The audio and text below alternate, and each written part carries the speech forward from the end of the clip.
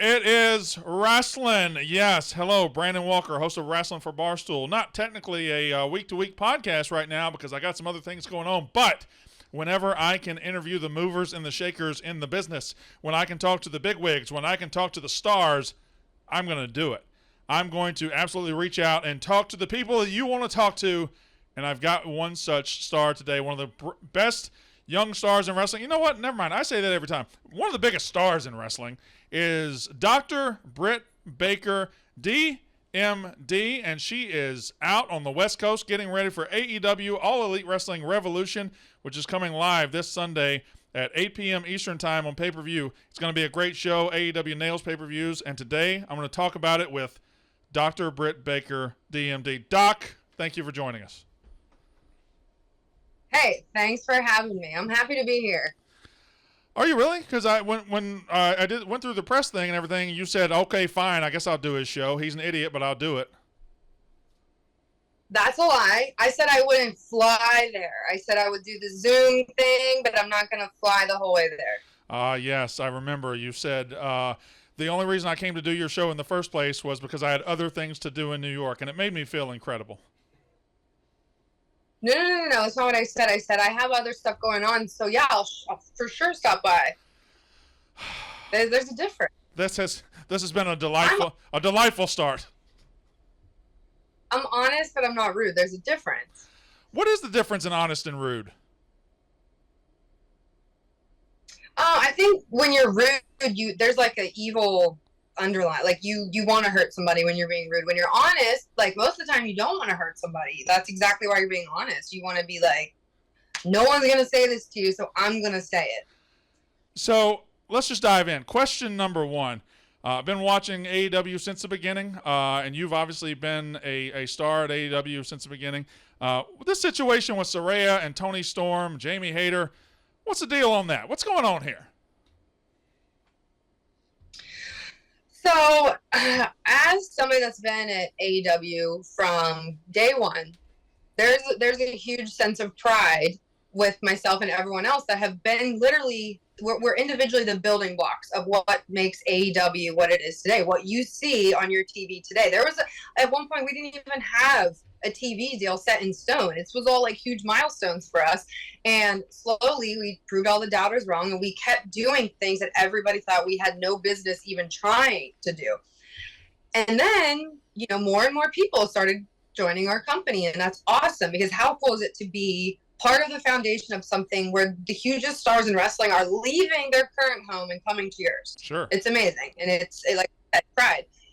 But when you come into my house with the arrogance and you act like you're better than me because of where you lived before, I have a huge problem with that. Because we don't have time for that. I don't care what day, what time, what show, what anything you were on. Right now, you're in my house. You're in AEW. And the one thing all the girls in AEW have in common is that they came after me. I'm the first one. So if you're going to come in here, you're going to show respect to everybody, but most certainly you're going to show respect to me, because that's not going to fly. Well, it's not going to fly for you, and it doesn't appear to fly with Jamie Hayter, who's the current All Elite Wrestling Women's Champion, who will be defending against Saraya and Ruby Soho, who's kind of caught in the middle in this whole thing right now. That's one of the big matches this week on Revolution. How do you see things playing out with that one? Well, I think obviously Jamie Hayter's going to retain. That's my girl, best women's wrestler in the world right now. And let's talk about Jamie Hayter real quick, because that girl has taken on the professional wrestling world by fire right now. She is absolutely amazing. And I knew that years ago when I wrestled her for the first time in the UK. And then I came to AEW, and I personally went to Tony Khan about this girl because I knew she was that special. And was I wrong? I'm really wrong. But this was one I would have bet my life on Jamie Hayter being a success story. These demented, sick, and twisted fans on Twitter every week tell me, which speaks more about them and how they feel about their friends than me, that they want me to turn on Jamie, or they know I'm going to turn on Jamie, or something, that I'm jealous of Jamie, which is that's so messed up, because this isn't about what Jamie has and I don't, or vice versa. It's that she's my friend. And we've had our ups and downs, we've had our mix-ups, and we forgave each other. And right now we're stronger than ever. And right now my role in this pay-per-view match is I'm gonna have my girls back. No matter what, I'm gonna make sure none of those other goons on the other side are gonna mess with my girl, because that's what Jamie Hayter did for me all those days when I was champion. Now when we come to Ruby, okay, I get it why Ruby doesn't fully trust us, because we did pick on her a little bit. But Jamie and I, we've had a few talks, we've had a come to Jesus moment. We're not gonna mess with people if they don't mess with us. But if you stir the pot, then look out, because we're coming for you. With that being said, I think Ruby, she has so much in common. She has the mindset of a lot of us AEW originals, and that's that you really respect the sport of professional wrestling. You have a lot of pride in it, and you want to do everything in your power to help grow professional wrestling and make it better. Also, Ruby's not an asshole just because she came from WWE. I'll say it. That's that. So the fact that Saraya and Tony are in her ear, I mean, I get it, because that was me at one point. That was me, a year ago. I was a little immature, but I grew up, and I'm like, I don't need to be doing that stuff, because I'm at the top of the mountain. Everyone else, they can look up at me, and that's fine. Don't come near me. I won't come near you. Ruby does not need to be messing with them. She's a grown-ass woman. She'll make her own decisions, but at the end of the day, I would much rather have myself and Jamie Hayter in my corner than Saraya and Tony. Question 3. You've mentioned it twice already, and I got to ask, what does it mean to you to be a Day 1 AEW original? That's such a loaded question. So, being a part of something that was so new and so different and just like kind of unknown. A lot of us, when we signed on to AEW, we didn't really know what we were getting into, but we trusted. We had trust in the mission statement, and we had trust in the people behind it. And that's really the majority of the starting AEW roster. What it was just a lot of trust in the EVPs, in Tony, and again, the sport of professional wrestling, because we all love it. Being a part of something that grew into something so massive, where we're drawing millions, we're selling out thousands of tickets, and it's just such a massive growth in overall professional wrestling. It's very much a pinch me moment, because no matter what, my name is always going to be etched in the history books. If I never hold the title again, God forbid, I'm still all through these history books, and someday some girl's going to go back and watch my matches and watch everything that I did. And I'm a huge part of this women's division. I was the first one, and I think I brought a lot of eyes to this division, and I'm very proud of that. But AEW in general, you cannot once doubt the passion that we all have, and that's what kind of unifies us, is the passion for professional wrestling. And a lot of times, maybe that causes fights. Maybe people are butting heads because so many people have so many opinions, and that's a beautiful thing. That's a great, because you don't want everybody to speak the same language or dance the same dance, or it's boring. We need to grow, we need to learn, and we need to learn from each other. And I think that's kind of one of the awesome things about having so many experienced and talented and also hard-headed individuals at AEW. All right, I got to ask, as an AEW original, and you just mentioned people butting heads and stuff like that, and that's one thing, but as an AEW original, what were your thoughts following All Out Media Scrum about 6 months ago? That was one of the dominant stories in wrestling. It obviously made big headlines. I don't know that I ever got your thoughts. What were your thoughts on that whole situation? Yeah, I actually don't even think I've ever given my thoughts. But so just speaking solely on what I watched, because that's all I can talk about is what I saw and the scrum and what I heard. And as someone who loves AEW more than anything in the world and has so much pride, and at a time when it felt like we were really like something special, and we had some of the biggest names in professional wrestling all like fighting for our same team. And especially after a huge pay-per-view. That pay-per-view was amazing. It was one of the biggest houses we ever had. That scrum was heartbreaking. And it was embarrassing, and it was disappointing, because it just felt like, and for a moment in time, that this felt like a very much a disaster. And you never want that to happen. And that happens every day. There's days where I like stub my toe in the dental office. I'm like, oh my God, this is a disaster. You never want that feeling. It happens all the time. And that was definitely a time in AEW where I was like, man, this sucks. And again, just me speaking personally, I think the scrums are really cool because it's after a pay-per-view and you get to speak to these wrestlers and there's a lot of emotion and they get to talk to you about what's going on in the ring, what they're feeling, their storylines. And in a way, it humanizes these very larger than life wrestlers that you just saw wrestle for 30 minutes in the ring or whatever. But that time needs to be used proactively and responsibly, because I can sit here with you. How much time do we have left? As much as we need. 20 minutes. Well, say minutes. If I sit here and do nothing but tell you everybody I hate, everything that I'm mad at, or let's go through all the Twitter lies about me and debunk them all, like that's not proactive, and that would be selfish of me to use your time and the world's time like that. Sure. I would rather, let's put over this freaking pay-per-view, else going awesome in AEW. And is that other stuff there? Of course. Are there people here I don't like? Of course. Are there things I don't like? Of course. But I'm still a soldier for AEW, and I'm on the front lines. I'm fighting for my team, and I'm going to put it over. As a soldier, do you think the people that are still in the company might have been unfairly characterized after that? Or are there things that we might think about the whole situation that maybe aren't right? I don't know how to ask the question. I'm just saying, are there anybody that was unfairly judged off of that situation? I think probably everybody involved was somehow, wrongly characterized. We weren't there. I wasn't there. You weren't there. So that will be that. But what I can say is AEW is still a special place. And when maybe that was a little, wrinkle in the fabric, but we ironed it out, and we're still a super strong company, a super strong a family. And when it comes to, again, the day one squads, like, people don't realize without the Bucks being here, there is no AEW. The first person Tony Khan called was Matt Jackson. And then Matt Jackson got Nick Jackson. Nick Jackson got Kenny and Hangman. And then eventually Cody came into play, obviously.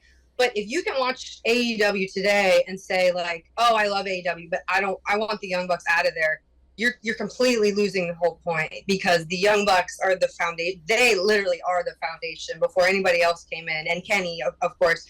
And it's sad to see a lot of people. And of course, I'm a little bit biased because I feel like us originals kind of are really a unified family in a way. And I just I always want what's best for business, but I think with all people involved, you really have to take everyone's mental health and their feelings and their emotions into play too. And I hope people take that into consideration before they just jump to Twitter and jump to conclusions and have to vocalize your opinions on every freaking thing in the world.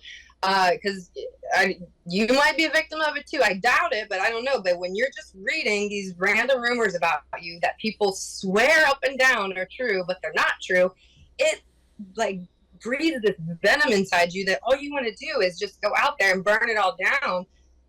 But the hardest thing you can do is take the high road. And very, very rarely do you regret taking the high road. It sucks. There's a lot of times I don't want to do it either, and there's times where I haven't. But it's definitely my advice for everybody in this business is, like, please try to take the high road.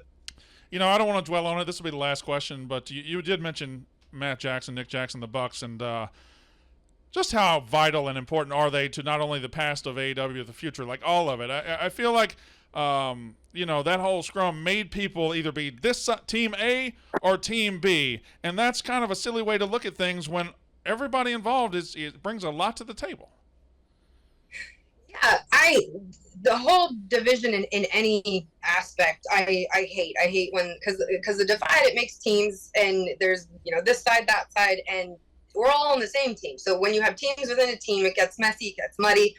But I think, everybody in this company is a huge benefit for AEW. And I think everybody involved in that is still a huge benefit for AEW. And I think they all truly love professional wrestling, and there's a lot of passion involved there. I think everybody in AEW can probably say that they hate what happened. They wish it hadn't happened. They wish it happened differently. But you can't take that back. We can't go back in time. So let's move forward and be smart about how we move. don't just spit out every random stupid lie, rumor that you've heard of. Like, let's really be smart now and let's try to prevent this shit from happening again. But I feel bad for everybody involved, and I'm happy that professional wrestling has kind of like moved on from that, because it just felt like for a second it was all eyes on us for the wrong reasons. And they say bad or press is never bad press, whatever that stupid phrase is. I hate it. It was like a little bit of a for a second, but I'm so proud in how resilient AEW is, and we are still a young company, and we have growing pains, and compared to what a lot of other wrestling companies have gone through, them, some might say that's super minor, like who cares? But for us, it's, we want smooth sailing, and we want to be, again, very resilient. And I'm really happy and I'm really proud of this company I work for. I am super thankful for, Jericho, Cody, Moxley, Kenny, Matt, and Nick for starting this awesome freaking thing. You forget when we first started AEW, Matt and Nick and Kenny, they wore shirts that said, "Let's change the world." And I think sometimes people need to remember that. That was truly their goal, is to change the world, to change professional wrestling and make it exciting and give people something that they can really look forward to. And, those guys have all helped so many people in the world of professional wrestling, and we won't even hear a fraction of it, but they have really helped this sport in a way that a lot of people will never understand. And I'm very thankful for them, and I know a lot of this locker room is too. Well, my next question is, you mentioned everybody, day ones and the Bucks and everything, and that's all great. MJF is the world champ. Do you think there's a chance he ever shuts up? Listen, I am praying that Bryan Danielson wins this match for the sole fact that there's a small chance then that we won't have 30-minute MJF promos every freaking week. Like, my brain is melting hearing all his weird stories from when he was a kid. Like, what is wrong with this guy? But I think that's going to be one of the best matches of all time. I mean, these are two guys that are devilishly good at what they're good at. So I think it's like the battle of the geniuses. One might be an evil genius, but still, I think it's going to be very, very good. I think this entire pay-per-view is something to not sleep on, to be really excited about. Yeah, speaking of, not a big deal, but when are you going to turn on Jamie Hayter? Oh my God, dude, you're sick in the head. What? Do you have a best friend? Do you have a best friend? Well, that's a little personal, okay? Yes and no. Mostly no. Okay, that makes sense. No, my best. I get it. No, I no further. My best friend is Matt Warren. We saw a UFO together in 1995, and nobody believed it. But Matt Warren never lies, and he's a good guy. But then people know that I lie, and I'm a piece of shit. So whatever. But he's a good guy. What's that got to do with anything? I don't know. You really let it out, man. Let it out. Yeah, things aren't great at home. Anyway, my next question: how? And this is not a personal question, but it's a real one. How excited are you to get Adam Cole back in business, back in the AEW ring, and back, I suppose, doing what he loves to do? I am excited but terrified, because this guy is like, there's nothing he loves more than me in professional wrestling. Well, I guess video games too, but video games are a lot less dangerous than professional wrestling. So for the first time in my life, maybe I like video games more. But no, I'm kidding. I'm so excited for him. I'm so happy. I'm so proud of him, because there's no words that I can speak that can really tell the story of what he went through. And it's not my story to tell, so I'm not going to tell it. And he's going to tell it very soon. So you can tune into AEW and AEW All Access, wink. But it was horrifying to watch from the sidelines. Someone you love going through something so physically, mentally, emotionally scary. It was really scary. And we're lucky that we have him right now at AEW, and he's able to come to work again. And he's able, eventually going to be in the ring again. And he's too special of a talent to think like, oh my gosh, what if he wasn't going to wrestle anymore? Like, I don't even want to think of that. So, and that can happen. It's scary. And this whole process has made me think like it's a reality check, but that goes for any of us. Like that professional wrestling, in a matter of inches, anybody's career can be over. and it's scary. It's numbing to think about that a little bit. Well, I can't wait to see him back in the ring. I think it's going to be awesome. And this, you just mentioned it, but this AEW All Access show that you guys have, it was a big announcement last week. Well, actually, Adam Cole made two big announcements. Number one, he's returning soon to the ring, and number two, they're going to have AEW All Access. And just seeing another side of you guys, I think, is going to be awesome. I am really excited. I can definitely say on my end, I let it all fly. I don't know what, I am not the editor. I don't know what is going to make the show and what will not. But I think everybody, especially the Twitter keyboard warriors, you should really watch this show because it's going to put a lot of dirt sheets out of business, I think. No, I'm kidding. But it's very intriguing, and I think it's a lot of what people want to know about behind the scenes at AEW. We're going to play a game now. You ready? We're winding down. I know you got to go soon. Just relax. We're going to play a game. It's called Britt Baker or Adam Cole. Okay. Are you prepared? I promise. All right. Britt Baker or Adam Cole, who controls the car radio when you're going somewhere? Britt Baker. What does Britt Baker play? 80s rock. Oh, yes. Okay. All right. Playing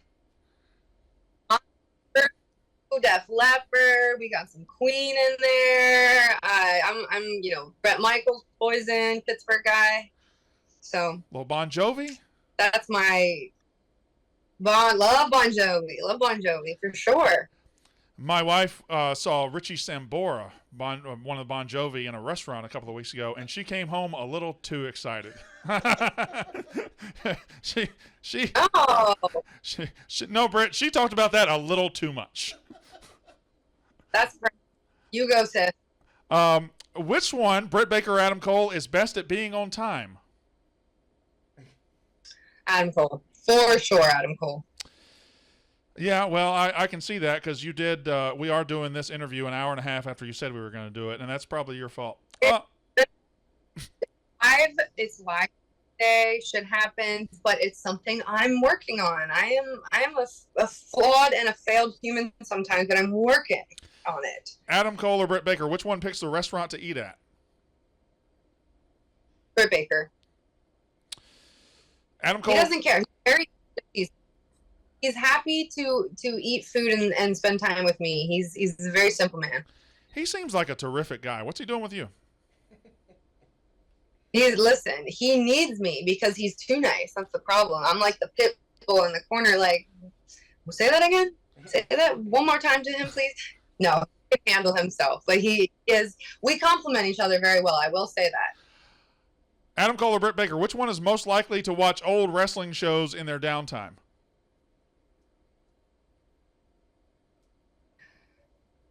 Britt Baker. I think she's just picking Britt Baker for everything, if I'm being honest. Adam Cole or Britt Baker, which one has the better pre-match routine, either DMD or boom?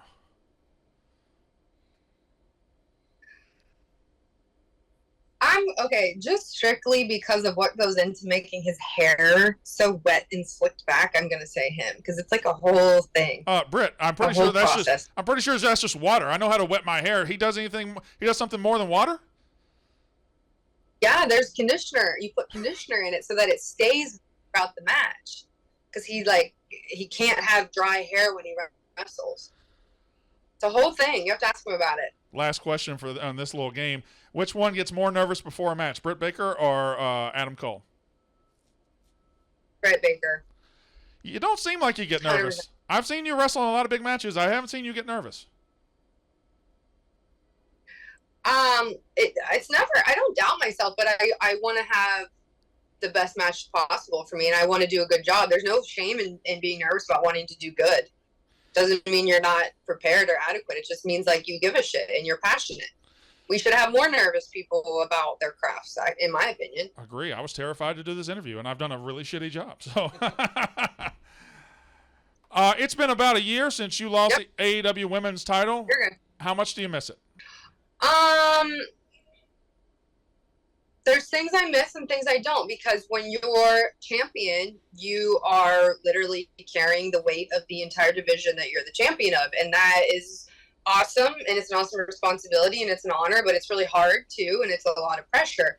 And it's so much more than what you guys see on TV. It's so much than just walking out with the belt and having these great matches. I mean, it's carrying yourself backstage as a leader. It's doing these media interviews to promote the product, promote yourself, to talk about the belt and how much that means. It's just being out in anywhere you can be and trying to get more eyes on All Elite Wrestling. And it's a full-time job. And there's that to me are the best champions, the ones that go above and beyond to bring more eyes to the belt, to the division. That's just my opinion. With that being said, right now, the belt is where it's supposed to be. Jamie Hayter is the champion, and I am so happy and proud of her. And I am having the time of my life being her hype girl, her cheerleader, and having her back, because this is her time. And I can say that confidently.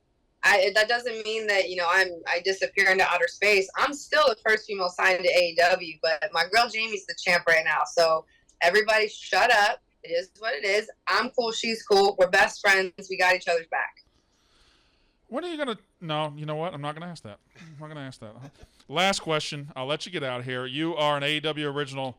You're about 4 years in. It started in 2019, about 4 years in. How do you feel about the direction of All Elite Wrestling in 2023?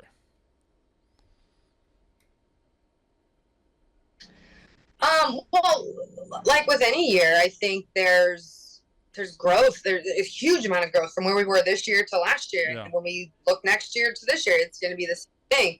And that's the beauty of it. But that's healthy. Thank God we're growing. Because if we weren't growing, that would be that we weren't. And that's bad. But I think, you know, obviously we're growing numbers. We have a lot. Our roster is huge, but I also think we're expanding. I think there are more eyes on AEW. I think there's more people that are more invested into what we're doing. I think, you know, we're not just the fun new kids on the block. Like, let me see what this is. I think we actually have won some fans, and that's really important. That we're creating a product that people get joy out of. That they truly look forward to tuning in. And there's, you know, the kids that come to these meet and greets and they say how that you made their entire life because you did this, this, and this. Like, that's the stuff that matters, that we're making a difference in people's lives. And I think that's really where we're getting. We have huge community outreach program, which is amazing. Everything that they do, I'm amazed by them. And, you know, every department is growing. Our makeup department, our social department, PR department. And for me, that's huge, because it's not just AEW is not just the matches you see on TV each week. There's so much more behind it. And every division, every section of this company needs to grow so that we can grow together. And that's what I'm seeing. And I think that everybody right now is really proud of AEW. And like I said, we got a lot of good soldiers here on the front lines fighting for this company and just for professional wrestling in general. I think when AEW came around, it truly, it gave life to professional wrestling all over again, a new life that people were so desperate for, and they didn't even know they wanted it until it came. And it created so many stars in every company just be existing, because it made everybody step their game up. Yeah. When there's more wrestling, when there's more competition, that's a lot of pressure, and pressure makes diamonds. I think you're exactly right. Last little thing. Can you get me on AEW TV more often, please? I have the perfect job. So you will come out next to MJF with a stopwatch, and he gets 5 minutes. When the 5 minutes is up, you click it, you show him, you take the mic, and off you go with MJF.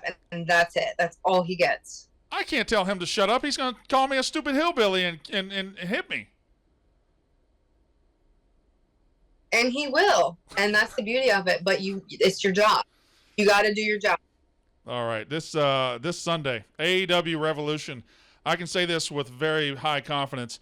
Ever since they got here in 2019, AEW does pay-per-view as well as any wrestling company in the world. I have never in my life bought an AEW pay-per-view and come away disappointed. It delivers every single time, and I have no doubt it will again this week, and the future remains bright. And Britt Baker, friend of the show, she's been here now 3 times, twice on Zoom, once in person. Next time you're in the city, come by. I will. I promise. We'll see. Anyway, that is Britt Baker. Watch AEW Revolution. Thank you very much to Britt. Thank you to everybody watching. That is wrestling.